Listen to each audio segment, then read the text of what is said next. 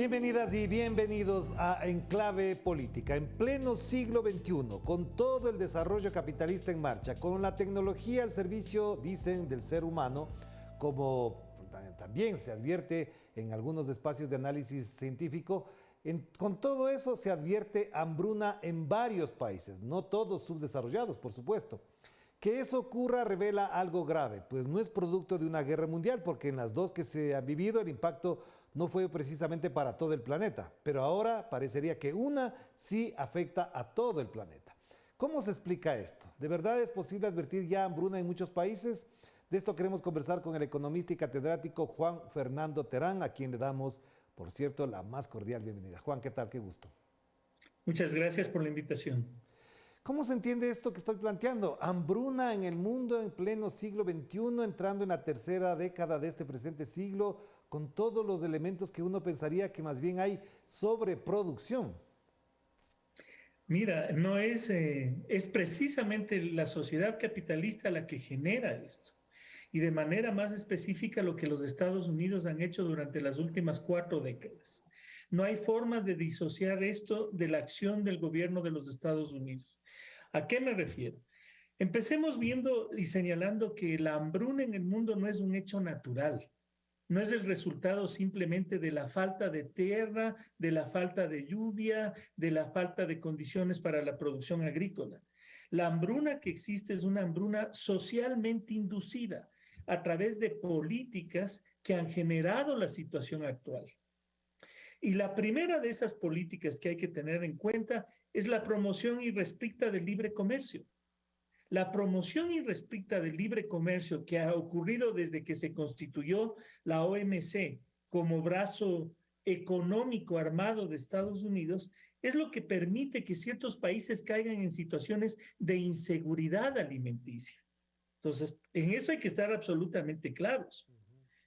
Y esto es importante recordar porque estos temas no deben ser tratados como temas del África, como temas del Asia, que suceden en otras partes y no en América Latina. Nosotros tenemos que recordar que en las décadas pasadas, cuando existieron gobiernos progresistas en Brasil, en Ecuador, en Argentina, en Bolivia, todos, absolutamente todos plantearon a la seguridad alimentaria como una prioridad de política pública. Porque precisamente no se puede depender de tomates que vienen de Chile hacia el Ecuador o que de naranjas que podrían venir de Estados Unidos hacia el Ecuador, porque eso destruye el aparato productivo y nos pone en situaciones de vulnerabilidad como se observan en este instante. Lo que acabo de señalar quizás en América Latina no es muy visible o la gente no quiere ver esta vulnerabilidad alimentaria. Pero cuando uno ha estado en África y observa que una caja de fósforos viene de Holanda, que el pan viene de Francia, ¿qué pasa? Pues ¿en qué humanidad estamos? ¿Cómo pueden ser que cosas tan básicas sean importadas? Entonces, la hambruna, la carestía de alimentos, es primero y antes que nada un producto del libre comercio norteamericano. Ya, pero entonces, si eso es así, tú acabas de mencionar si es una hambruna inducida, ¿cuál es el propósito? Porque uno pensaría que puede ser al estilo de lo que se comentaba en ciertas teorías un poco fascistoides, de querer eliminar una porción de la población porque hay demasiada gente en el mundo, porque hay que acabar con los pobres, con la coporofobia, que además tiene incluso algunos indicadores de que se actúa precisamente así. ¿Cuál es el propósito de una hambruna inducida que no solamente ataca a países pobres ni en el África, ni en América Latina, y menos en el Asia? Evidentemente sí hay posiciones políticas neoconservadoras que apuntan a una limpieza de la población, eso es innegable. Y quien no quiera verlo no quiere ver la realidad. Hay gente que piensa así, y esa gente son precisamente los neonazis que ahora son glorificados por la prensa occidental, cuando en realidad esas han sido siempre sus posiciones.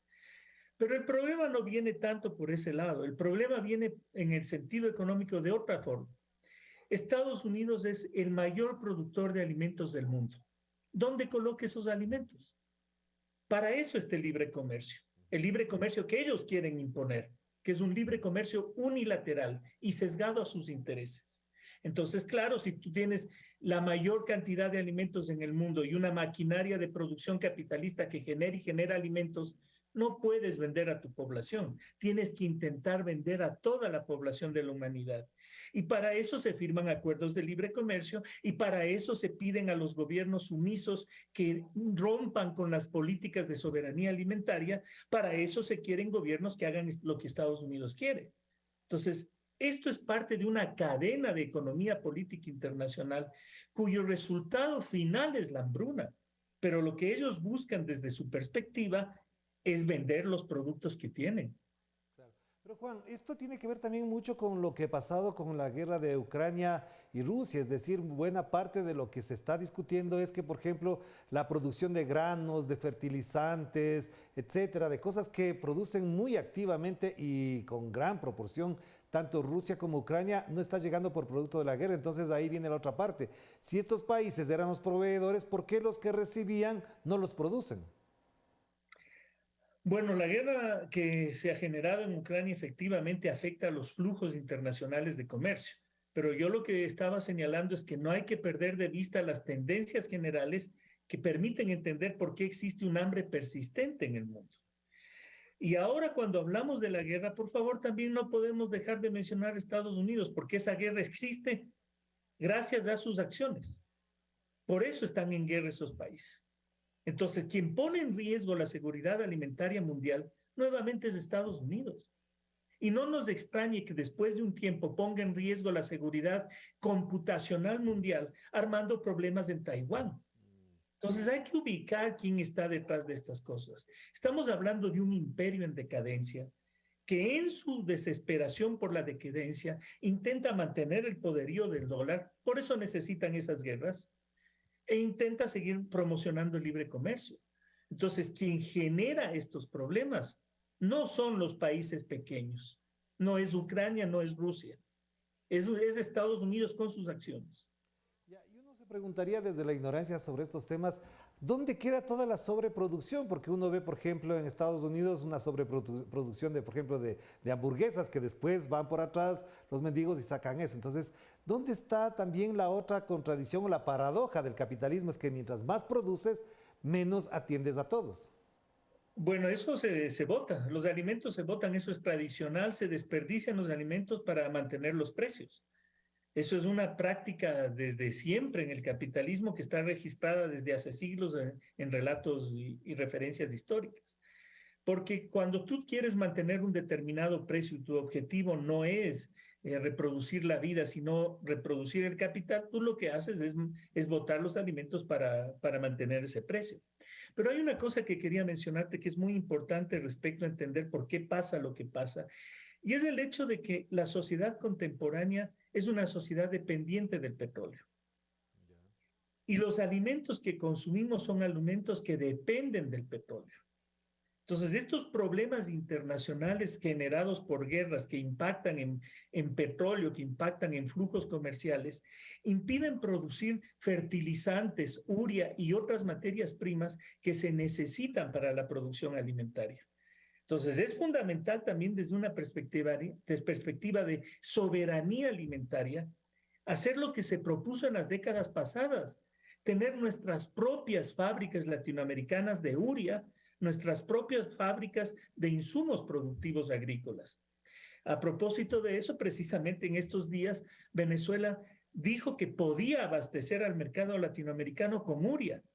Esa propuesta es absolutamente importante para bajar los precios de los alimentos y controlar la inflación, lo cual implica que en América Latina, si queremos ver nuestros propios intereses, tenemos que dejar de oír a Estados Unidos y hacer comercio con países como Venezuela que tienen alternativas concretas de solución para nuestros problemas de inflación. Esas cosas tenemos que tener en la agenda. Eso es lo que se debe discutir y no las fotografías de niños muriéndose en el África. Tenemos que discutir la política económica que necesitan nuestros países. Y una última pregunta en esta primera parte, Juan Fernando, tiene que ver con qué rol está jugando China en todo esto, porque algunos también en una pretendida explicación científica del asunto dicen es que China se lleva todo y es preferible venderle a China, que es un buen pagador, que venderle a África o América Latina, que no es un buen pagador.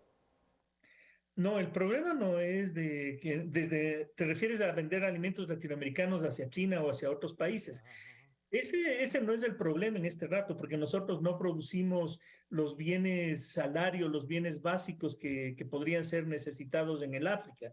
La situación en el África es muy complicada y no es complicada porque América Latina no le vende alimentos.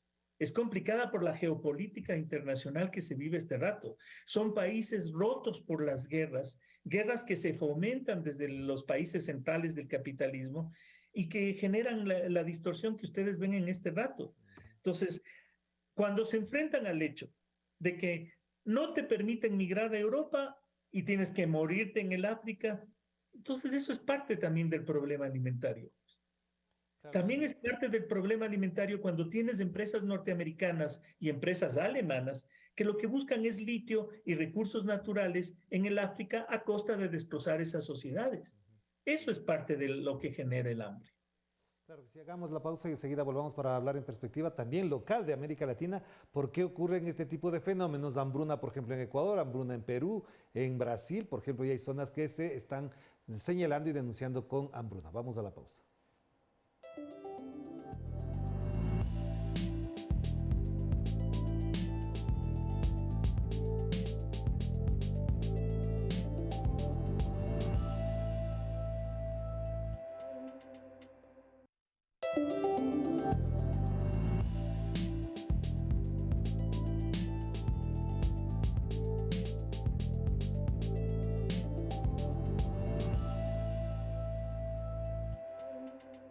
Estamos de vuelta aquí en Enclave Política. Seguimos conversando con Juan Fernando Tedrán, economista y catedrático universitario. A quien le consultamos a propósito de esta hambruna. ¿Por qué, por ejemplo, en países como el Ecuador ya hay zonas de alta desnutrición infantil y, por supuesto, también personas que manifiestan que comen una vez al día, lo cual en la práctica llevaría a pensar que estamos ya viviendo hambruna? Bueno, en Ecuador la situación es muy fácil de describir y se describe con pocas palabras. Es culpa del gobierno del señor Guillermo Lasso. Así de simple. ¿Por qué? Porque desde hace 5 años que la banca ecuatoriana controla a los gobiernos ecuatorianos, vivimos en esta situación de desnutrición. La desnutrición se logró controlar y manejar a niveles relativamente bajos en los 10 años anteriores del 2017. Pero cuando se da la transición a los gobiernos controlados por la derecha, el resultado que se tiene es políticas sociales que se desbaratan, se acaban, se eliminan físicamente, y eso se puede ver en la gente que ya no tiene acceso a la seguridad social y a la salud. Es un proceso de desbaratar lo social. Entonces es muy fácil de entender qué es lo que está sucediendo. Si a eso le sumas que el país, a pesar de todos los cantos de sirena, no tiene reactivación económica, de que no se logran generar trabajo, de que la gente sigue sin empleo durante 5 años. Ese es el resultado de la derecha en el poder. ¿Qué es lo que vas a obtener? Gente que no tiene de qué comer, gente que no tiene de qué vivir. Y el caso ecuatoriano, repito, es muy fácil de decirlo. La culpa no es del señor Correa, la culpa es del señor Guillermo Lasso. Pero Juan, te pregunto, hay una cosa que tiene que ver con algo que declaró ayer, el día miércoles 10 de agosto, el presidente Guillermo Lasso. Él dijo en una declaración solemne por el primer grito de la independencia en la Plaza Grande, con un público solemne, incluso con un cuerpo diplomático por delante, dijo que él en 14 meses ha hecho más que lo que se hizo en 14 años, durante el gobierno de Correa y el gobierno del señor Lenín Moreno, que uno quisiera no hablar del señor Moreno, pero bueno, toca hablar. ¿Es posible hacer en 14 meses lo que no se hizo en 14 años? Y lo digo esto de una manera incluso burlona porque me parece cínica esa declaración. Es pura fantasía. Los políticos viven de la fantasía y este señor está haciendo graduación en fantasía. Eso no existe. ¿Por qué lado le ve? Yo lo que quisiera retomar es el tema este de la desnutrición y hacerle a América Latina una revelación que todo el mundo sabe en el Ecuador. El presidente Lasso dice que quiere vender el banco público más grande que se llama Banco del Pacífico para eliminar la desnutrición en el Ecuador. Aparece como algo muy loable y muy bueno. El banco más ineficiente, que no es el más ineficiente, es el más grande del sector público que quieren llevárselo los banqueros privados. Dicen que va a ser utilizado para resolver la desnutrición en el Ecuador. Mejor hagamos una cosa, señor Lazo. ¿Por qué no le da ese banco al Ministerio de Bienestar Social, al Ministerio de Economía o a las instituciones sociales, y que sean esas instituciones las que administren las ganancias del banco y no lo venda? Aquí lo que estamos viendo es pura demagogia. Se utiliza a los pobres, se utiliza la miseria, el dolor, el sufrimiento para justificar esta agenda neoliberal de privatización del Estado. Entonces déjense de cosas, ubiquémonos en qué gobierno estamos. Sí, pero te hago una pregunta a propósito de la hambruna para no alejarnos del tema que da a veces para hablar de otro tipo de elementos, pero lo fundamental es, en América Latina se fueron superando condiciones muy difíciles de hambruna y de pobreza. En la época del gobierno de Lula, por ejemplo, en Brasil, más de 30 millones de personas salieron de la pobreza y evidentemente muchas de ellas también pasaban hambruna. ¿Cuál es el método, la metodología, el mecanismo, el sistema que puede alertar primero de las hambrunas y segundo resolver lo que todavía hay en América Latina en algunas zonas y poblaciones? Mientras las élites políticas y la sociedad no comprenda que vivimos en sociedades complejas que necesitan de un Estado con autoridad y con fuerza, no vamos a resolver las cosas. Para cambiar el problema de la desnutrición en América Latina necesitamos estados con capacidad económica de hacer cosas. Y eso no se logra desbaratando el Estado o privatizando las cosas que son del Estado. Cuando tú me haces referencia a eso, yo recuerdo las políticas sociales que generaba Lula. Pero ¿cómo las generaba? Con un Estado que se hacía respetar. Y con impuestos que se cobraban a las élites para generar programas sociales. Así es como se genera política social. Y al respecto de esto hay que traer a colación también la propuesta de reforma tributaria que hace el presidente colombiano Gustavo Petro. Ese es el camino que debe tomar América Latina.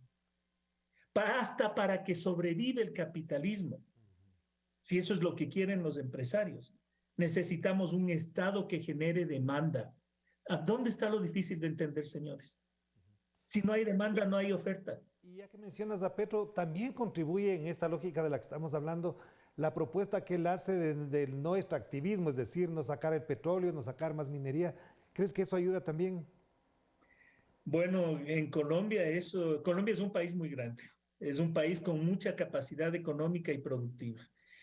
Yo creo que en el gobierno de Petro se va a ver todo el potencial económico de Colombia y va a cambiar Colombia definitivamente. Se va a convertir en una potencia económica en América del Sur. Prescindir del petróleo con una estructura productiva tan fuerte para ellos es viable.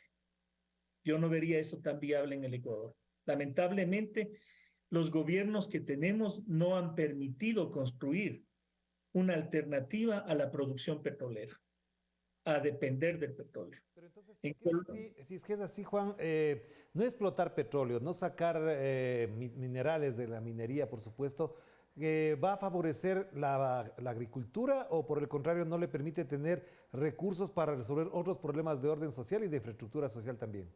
Es que los recursos los va a conseguir Petro a través de una mejor política tributaria, de una redistribución de la renta. Eso es lo que va a hacer. Colombia tiene la capacidad para tomar esa medida que Petro está proponiendo. Eso es lo que te quería decir hace un rato. Además de que en Colombia el problema del petróleo no solo es un problema de la extracción de recursos naturales, es un problema de grupos armados de derecha que intentan controlar zonas y desplazar a los campesinos de la producción, porque eso ha sido la historia permanente de Colombia. Les permiten a los campesinos entrar a la tierra, limpiar la tierra, botar el bosque y luego les quitan la tierra. Para eso han estado los paramilitares desde hace 50 años o más. Entonces, la política que él está planteando es una política que generará también producción porque irá acompañada de la posibilidad de ofrecer tierra a los campesinos. Y eso es fundamental. Eso nos lleva a otro tema que es impostergable en América Latina, la reforma agraria. Y en Brasil eso es evidente, pero en el Ecuador también. En el Ecuador, en vez de, y es tema, y es momento de empezar a hablar de eso también, de la necesidad de distribuir mejor la tierra. Claro, pero eso precisamente es uno de los temas que están en discusión, porque algunos hablan de una nueva reforma agraria que, por ejemplo, en el caso concreto de Colombia no ocurrió. En América Latina, de alguna manera, más bien, más menos, se hizo cosas por el estilo, pero lo que hablan algunos es que acompañada a esa reforma agraria, lo que tiene que haber es una revolución ecológica y ecologista en general para que la tierra sea aprovechada en su dimensión esencial y no en su producción industrial. Las tareas que el Estado debe asumir o que la sociedad debe asumir son muchas. ¿Por dónde empezamos? Por principios básicos y elementales. No privilegiemos al gran capital. Pensemos en los productores pequeños y medianos, en los productores no monopólicos. En el caso ecuatoriano esto es muy simple de ilustrar. Si tenemos gobiernos que van a seguir apoyando a los grandes floricultores de este país, nunca tendremos posibilidad de producir alimentos, porque la tierra que se utiliza para la floricultura no se utiliza para la producción de alimentos. Pero, ¿qué es lo que se debe hacer? Eso se refleja hasta en la distribución del agua. Las agencias de distribución del agua privilegian al exportador y no al productor de alimentos locales. Entonces, lo que necesitamos es esos principios básicos de política pública que implican una filosofía distinta de gobierno. No palabrerías, sino un gobierno que se comprometa con los productores no monopólicos que generan riqueza y bienes para el mercado interno. Eso necesitamos en América Latina. Y aquí quiero mencionarte una cosa que es triste. Eso es lo que está haciendo Europa y lo que va a hacer los países europeos. Van a regresar a mirarse hacia adentro, a producir hacia adentro. Justamente por la guerra en Ucrania, se dieron cuenta de que necesitan producción industrial interna, producción agrícola interna. Y mientras ellos van a volver a verse hacia adentro, nuestras élites vendepatrias siguen mirando a Estados Unidos y cómo hacer negocios hacia afuera. Eso es triste y es paradójico. El mundo gira hacia un proteccionismo, les guste o no, y si no, vean Europa. Entonces, para ir cerrando, Juan Fernando, con todo lo que acabas de mencionar, ¿hasta dónde estas potencias como China, Rusia, la India y los propios Estados Unidos, aparte de los que forman parte de la OTAN, tienen una enorme responsabilidad en darle cierta equidad alimentaria al mundo? Porque esto te lo menciono a propósito de todo lo que se ha mencionado, y no lo hemos tocado acá, de la llamada soberanía alimentaria de cada uno de nuestros países. La soberanía alimentaria depende de múltiples cosas. Eso es algo que justamente en el Ecuador las organizaciones sociales han trabajado durante décadas en este tema y han visto varios aspectos de esto. Yo aquí quisiera mencionar uno que es fundamental. Sin investigación científica no hay producción alimentaria soberana. Y no puede haber producción alimentaria soberana ni investigación científica con gobiernos que piensan que la CENACID no sirve para nada. Ese es el problema del neoliberalismo. Es tan corto en su visión que no permite hacer negocios para todos. Solo hace negocios para sí mismo, para el que controla el poder. Aquí lo que necesitamos es retomar esa capacidad de tener un Estado que genere investigación científica para la producción, no para tocar el arpa, investigación científica para producir, pero para producir para el mercado interno, entre productores pequeños. Eso es lo que necesitamos. Tú mencionabas a China. China necesita alimentos, pero lo que sí tiene China, no puede producir todos los alimentos que necesita ya al interior, pero lo que sí tiene es una producción científica impresionante. Fomentan el estudio, la ciencia, las universidades saben que por ahí viene su futuro, que esa es la forma de hacer las cosas. Entonces, no sigamos escuchando esa cantaleta neoliberal que tanto daño nos ha hecho. Abramos nuestra mirada a lo que está pasando y tomemos acciones urgentes, porque países pequeños como el Ecuador son más frágiles que Colombia, son más frágiles que Brasil, son muy, muy problemáticos. Gracias, Juan Fernando. Un abrazo a la distancia, que estés muy bien. Gracias. Gracias al economista Juan Fernando Terán a propósito de este señalamiento que circula en el mundo, que ronda incluso en el imaginario de nuestra humanidad, que es hambruna en nuestro planeta, en pleno siglo XXI. De esto hemos conversado y creo que todavía nos falta mucho por ahondar hasta dónde esto se explica de otras maneras, porque el problema es más complejo todavía. Cuídense mucho, que la pasen bien. Chao, chao.